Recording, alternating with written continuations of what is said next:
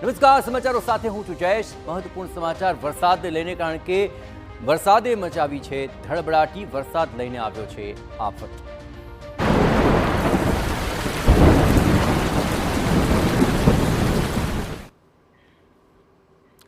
સૌપ્રથમ વાત કરીશ કચ્છની, કે જ્યાં અવિરત મેઘમહેરથી જળાશયોમાં પાણીની આવક નોંધાઈ રહી છે। આ ભારે વરસાદથી જિલ્લાના 9 ડેમની અંદર પાણીની ભારે આવક નોંધી શકાય છે। નદી, નાળા અને તળાવોમાં પણ પાણીની ભરપૂર આવક છે। નાગરિકોને સચેત રહેવા વહીવટી તંત્ર સતત અપીલ કરી રહ્યું છે। 6 તાલુકાના નીચાણવાળા ગામોને સાવચેત રહેવા માટે સૂચનાઓ આપવામાં આવી છે। રાપર, અબડાસા, નખત્રાણા અને માંડવીના ગામોમાં એલર્ટ જાહેર કરાયું છે। એ ઉપરાંત ભુજ, મુન્દ્રા અને માંડવી તાલુકાના ગામોને પણ એલર્ટ કરવામાં આવ્યા। રસ્તા પર નદીના ધસમસતા પાણીના દ્રશ્યો પણ સામે આવી રહ્યા છે। આ તસવીરો આપ જુઓ, જ્યાં જળબંબાકારની પરિસ્થિતિ છે।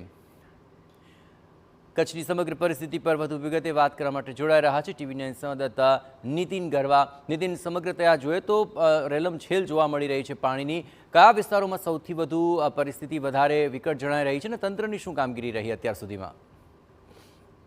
જી, ચોક્કસથી જે હવામાન વિભાગની જે પ્રમાણેની આગાહી છે તે પ્રમાણે કચ્છમાં સતત અવિરત મેઘમહેર થઈ રહી છે। ભારે વરસાદની પરિસ્થિતિમાં આ જે 9 જેટલા ડેમ છે તે ભરાતા નાગરિકોને જે છે તે કચ્છ વહીવટી તંત્ર દેવા સાવચેત રહેવા માટે અનુરોધ કરાયો છે। 6 તાલુકામાં નીચાણવાળા જે વિસ્તારના જે ગામો છે તેના જે લોકોને જે છે તે સૂચના અપાઈ છે। રાપર, ભુજ, મુન્દ્રા, અબડાસા, નખત્રાણા અને માંડવી તાલુકાના ગામડાઓના જે નીચાણવાળા વિસ્તારો છે તેમાં લોકોને જે છે તે સાવચેત રહેવા માટે અનુરોધ કરાયો છે। ગઈકાલથી કચ્છમાં અવિરત મેઘમહેર થઈ રહી છે, જેના કારણે નદી, નાળા, ડેમ, તળાવમાં જે છે તે ભરપૂર પાણીની આવક થઈ રહી છે અને કચ્છ વહીવટી તંત્ર દ્વારા જે સમગ્ર આ જે છે તે માહોલ પર હાલ નજર રાખવામાં આવી છે। વિવિધ કંટ્રોલ રૂમ પર શરૂ કરાયા છે અને લોકોને જે છે તે સાવચેત રહેવા માટે હાલ જે છે તે સૂચના અપાઈ છે। જી